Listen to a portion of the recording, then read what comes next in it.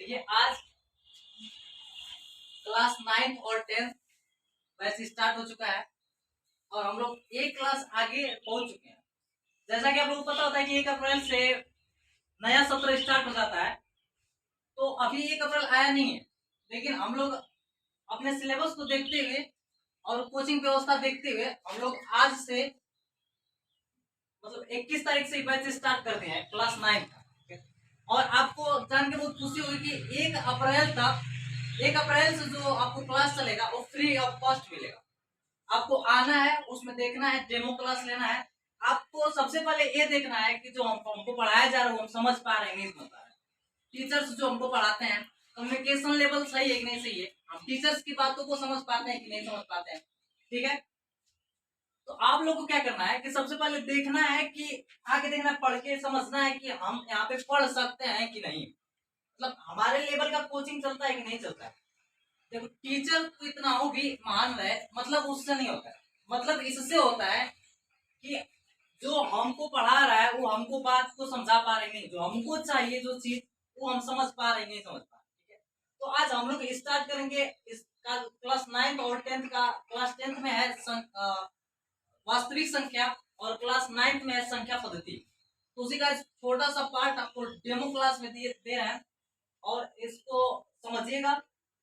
और आप लोग के साथ जितने भी दोस्त होंगे उनको भी इनवाइट कर दीजिएगा इस क्लास के लिए। तो चलिए स्टार्ट करते हैं।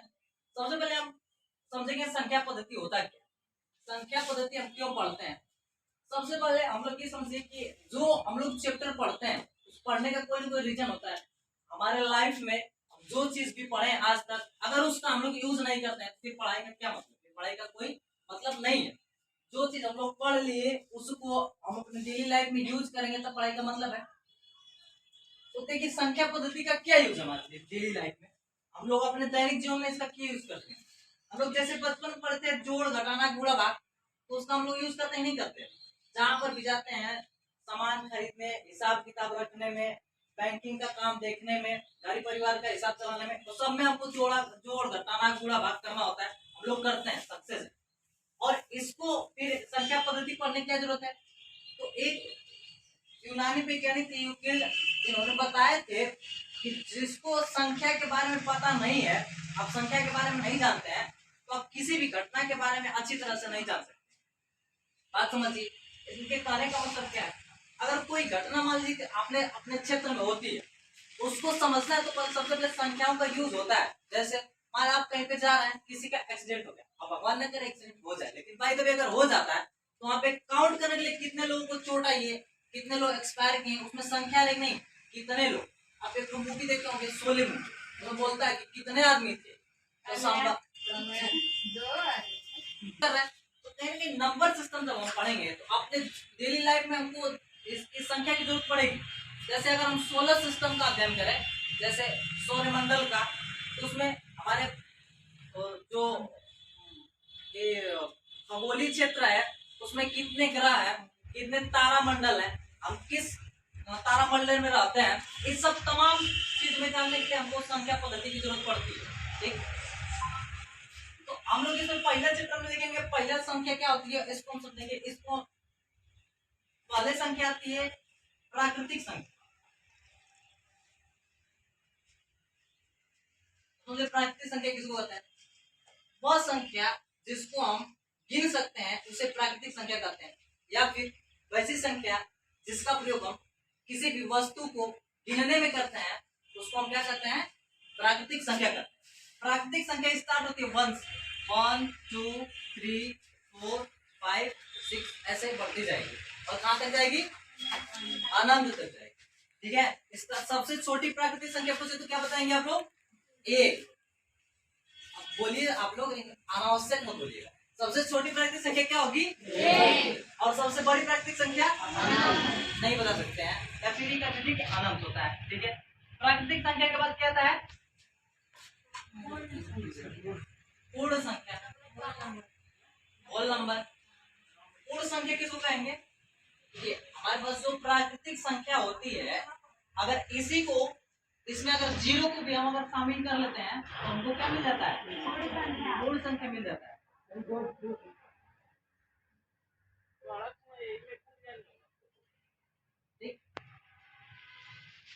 संख्या अगर कोई पूछे किसे कहते हैं तो सिंपली बताना है कि अगर प्राकृतिक संख्या के समूह में अगर जीरो को शामिल कर लेते हैं तो प्राप्त हुई संख्या को क्या कहते हैं?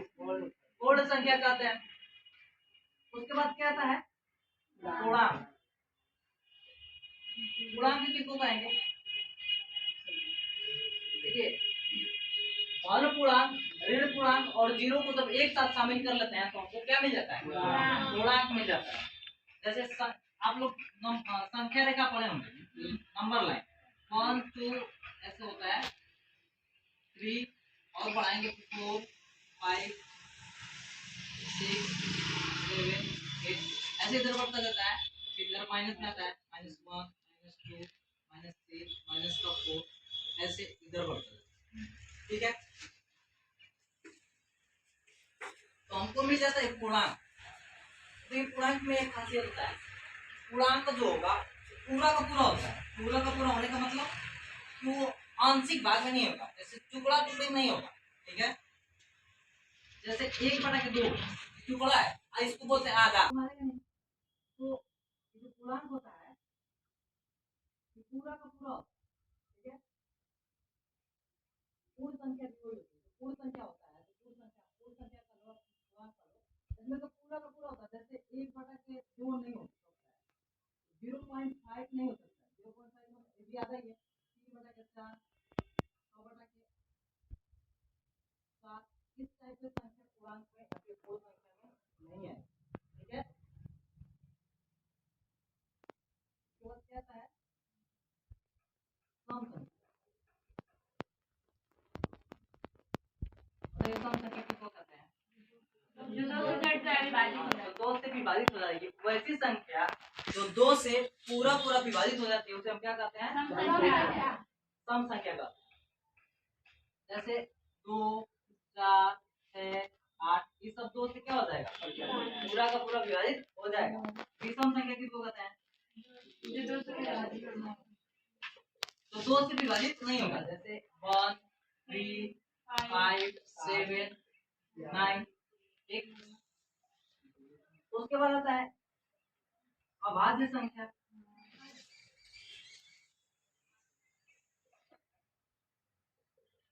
अब समझे अभाज्य संख्या किसको होता है? अभाज्य संख्या उसको कहेंगे जिसके 2 से अधिक गुणक हो।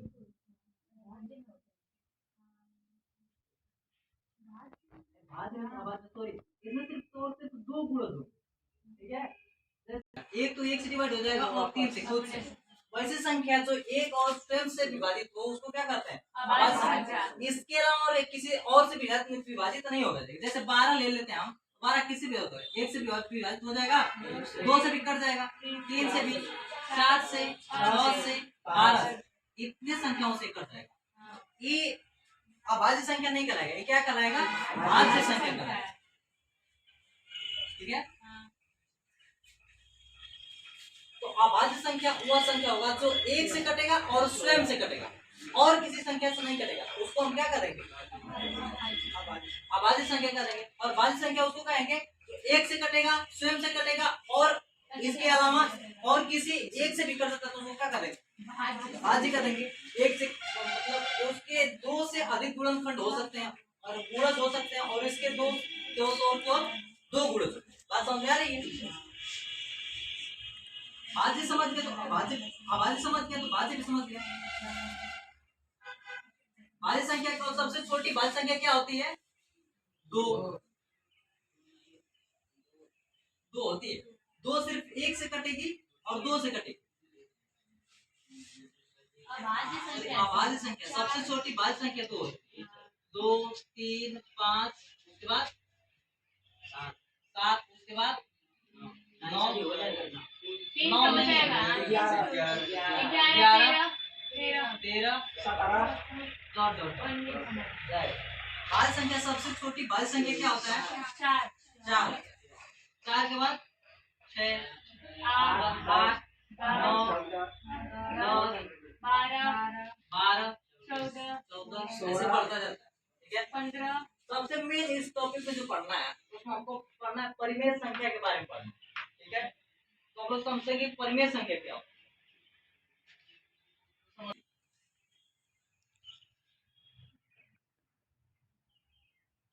परिमेय संख्या वो संख्या जिसको p बटा q के रूप में लिख सकते हैं उसको क्या कहते हैं परिमेय संख्या। और जहाँ पे p बटा जो q जो होगा वो 0 के इक्वल टू नहीं होगा, ठीक है। 0 के इक्वल टू नहीं होगा, जैसे p के यहाँ पे कुछ भी हो जाएगा, q के यहाँ पे कुछ भी हो सकता है, लेकिन यहाँ पे q के यहाँ पे 0 नहीं होता, लेकिन p के यहाँ पे बताइए 0 हो सकता है नहीं हो सकता। 0 बताइए परिमेय संख्या है कि नहीं है? हाँ बताइए। 0 परिमेय संख्या है। एक परिमेय संख्या की नहीं है? है। 1 बटा की 0 परिमेय संख्या है कि नहीं है? नहीं, क्यू के बटा में 0 नहीं हो सकता। अच्छा एक बात बताइए, यहाँ पे आज तक आपको पता चला है, ये तो बचपन से हम लोग कक्षा 6-7 से पढ़ते आ रहे हैं कि 0 नहीं होना चाहिए, लेकिन क्यों नहीं होना चाहिए जानते हैं आप लोग? चलिए सिखाते हैं क्यों नहीं होना। किसी भी संख्या में अगर हम 0 से डिवाइड कर देते हैं तो उसका जो वैल्यू होता है वो कितना रहता है? 0, अनंत हो जाता है। किसी भी संख्या में अगर हम 0 से भाग दे देंगे तो उसका मान क्या हो जाएगा? अनंत हो जाएगा। अनंत कैसे हो जाता है समझिए बात। जैसे मान लीजिए आपके पास 4 बिस्किट है, 2-2 बिस्कुट आपको बांटना है 2 लड़कों में, तो आप कितना कितना बांट पाएंगे? 2 लड़कों को बांट पाएंगे और 4 बिस्कुट आपके पास क्या हो जाएगा? खत्म हो जाएगा। और आपके पास 12 बिस्किट है, अगर 3-3 बिस्कुट अगर बांटना है आपके पास, आपको बांटना है तो कितने लड़कों में बांट पाएंगे? 4 लड़कों में बांट पाएंगे और 12 बिस्किट आपका पूरा का पूरा खत्म हो जाएगा, सिर्फ क्वेश्चन नहीं बचेगा। लेकिन जरा सोचिए, और आपके पास 12 बिस्किट है, ठीक है, और 0 बिस्किट देना है, बांटना कितना है? 0 बिस्किट।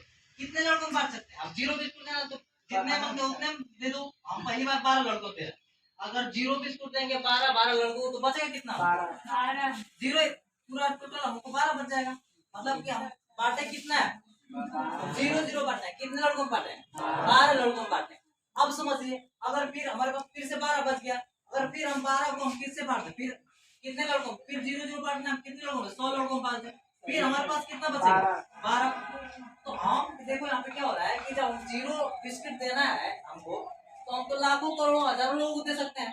जैसे पूरा बांटते जाएंगे, पूरा दुनिया में सबको बिस्किट दे देंगे 0-0, हमको हमारे पास कितना बचा रहेगा? 12 का 12 बचा ही रहेगा। इसलिए इसका मान आता है इनफाइनाइट, ठीक है। इसलिए यहाँ पे 0 नहीं रखा जाता, इसलिए बताया जाता है कि p बटा की q के रूप में जिसको हम लिख सकते हैं उसी को परिमेय संख्या कहेंगे, जिसको हम नहीं लिख सकते हैं उसको परिमेय संख्या नहीं कहेंगे। लेकिन यहाँ पे जो q होगा वो कभी भी क्या होना चाहिए? 0 नहीं होना चाहिए, ठीक है। अच्छा एक बात बताइए हमको, और p बटा q के रूप में हम लिख लेंगे, देखिए कैसे इसको लिख सकते हैं। 1 बटा के 3 को अगर हम भाग देंगे तो आएगा हमारे पास 3 से, अगर इसको हम भाग दे रहे हैं फिर से भाई गेर में ले ले बाणा में ऐसे चला ले ले जाएगा, बाणा ठीक है? गेर में। तो जो इसको जो बार संख्या रिपीट करेगी वो परिमेय संख्या कहलाएगा, ठीक है। तो आज डेमो क्लास था आप लोगों का, जो परिमेय संख्याओं के बारे में था। अभी आगे हम डिस्कशन करेंगे इसके बारे में। अभी कैमरा वगैरह उतना सही नहीं आ रहा है, वीडियो सही नहीं बन पा रहा है, ठीक है। बना दीजिए, कैमरे पे वीडियो बना रहा है और उसमें जो भी गलतियां होती माफ करिएगा। और बाकी इस चैनल को सब्सक्राइब करिए, लाइक करिए और शेयर करिए, बेल आइकन दबा दीजिए। जब हम अपना घंटा दबाए तो आपको घंटा बज जाए। अपने यूट्यूब चैनल का नाम है पिंक स्टडी 22। इसको आपको सब्सक्राइब करना है, लाइक करना है, शेयर करना है और कमेंट करना है। थैंक यू, धन्यवाद।